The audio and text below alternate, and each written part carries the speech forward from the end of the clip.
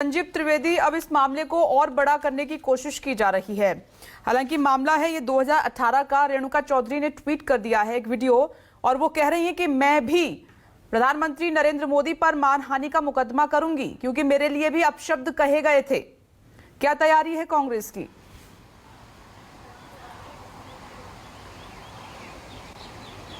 देखिए, कांग्रेस हालांकि रेणुका चौधरी अब बहुत सक्रिय नहीं है, लेकिन उनकी इस ट्वीट को बहुत ज़्यादा पार्टी भी तवज्जो नहीं दे रही है। एक तो उसमें ये बात कि सुपर्णखा ये कही नहीं गई है प्रधानमंत्री के द्वारा, लाक्षार्थ है, लक्ष्यों में अर्थ है उसका, तो जाहिर है कि वो केस बनता नहीं। और दूसरा ये होता है कि पार्लियामेंट में जो आप कहते हैं उसको कोर्ट ऑफ लॉ में आप नहीं चैलेंज कर सकते। एक इम्यूनिटी होती है, आर्टिकल 105 के तहत संविधान के एक इम्यूनिटी प्राप्त होती है संसद सदस्यों को कि जो भी यहाँ कहा जाएगा उसे किसी कोर्ट ऑफ लॉ में चैलेंज नहीं किया जा सकता है। और ये बातें जिसका उदाहरण कर रही हैं रेणुका, वो दरअसल संसद में कही गई थी प्रधानमंत्री मोदी के द्वारा।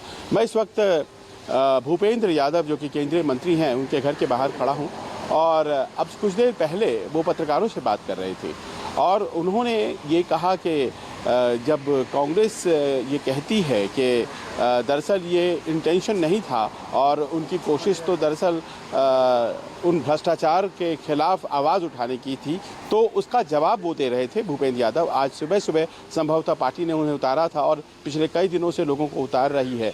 तो उसमें उन्होंने कहा ये बात कि शायद ये समझ नहीं रहे कांग्रेस वाले कि एक ओबीसी वर्ग के, एक पिछड़े वर्ग के व्यक्ति के लिए उसके जाति सूचक और इस तरह की शब्दावली का प्रयोग करने से क्या उसे पीड़ा पहुंचती है, दुख पहुंचती है। क्या किसी राजनीति में ये लिखा है कि आप किसी समाज को ही प्रताड़ित कर देंगे अपनी बातों से? यानी कि ये बात कि ओबीसी समाज का मसला बढ़ेगा इसके बाद ये तय है और इस भाषा को लोगों तक राजनीतिक रूप से ले जाया जाएगा। ठीक उसी प्रकार जैसे कांग्रेस ने कल ऐलान किया है कि वो राजनीतिक रूप से इस लड़ाई को भी लड़ेगी, कानूनी तो लड़ा ही जाएगा। आज शाम 6 बजे कांग्रेस के अध्यक्ष जो हैं वो प्रदेश भर के लोगों से मिल रहे हैं, प्रदेश अध्यक्षों से मिल रहे हैं, देश भर के प्रदेश अध्यक्षों से, और सोमवार को एक बड़ा प्रदर्शन भी करने जा रही है कांग्रेस पार्टी इस पूरे फैसले पर।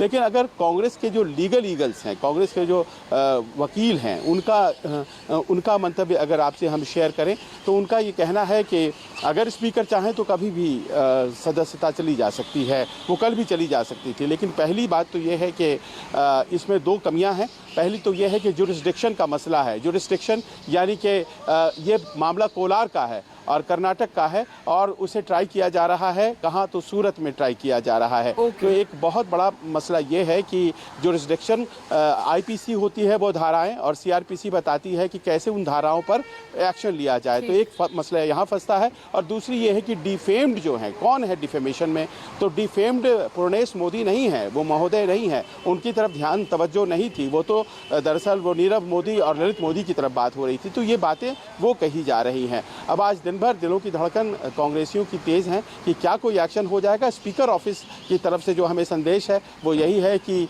जो लीगल एक्सपर्ट्स है वो एग्जामिन करेंगे इन पूरी बातचीत, वो पूरे फैसले को, ऑर्डर को एग्जामिन करेंगे और उसके बाद फैसला लेंगे। यानी कि फौरी तौर पर कोई एक्शन तुरंत नहीं होने जा रहा है। जी।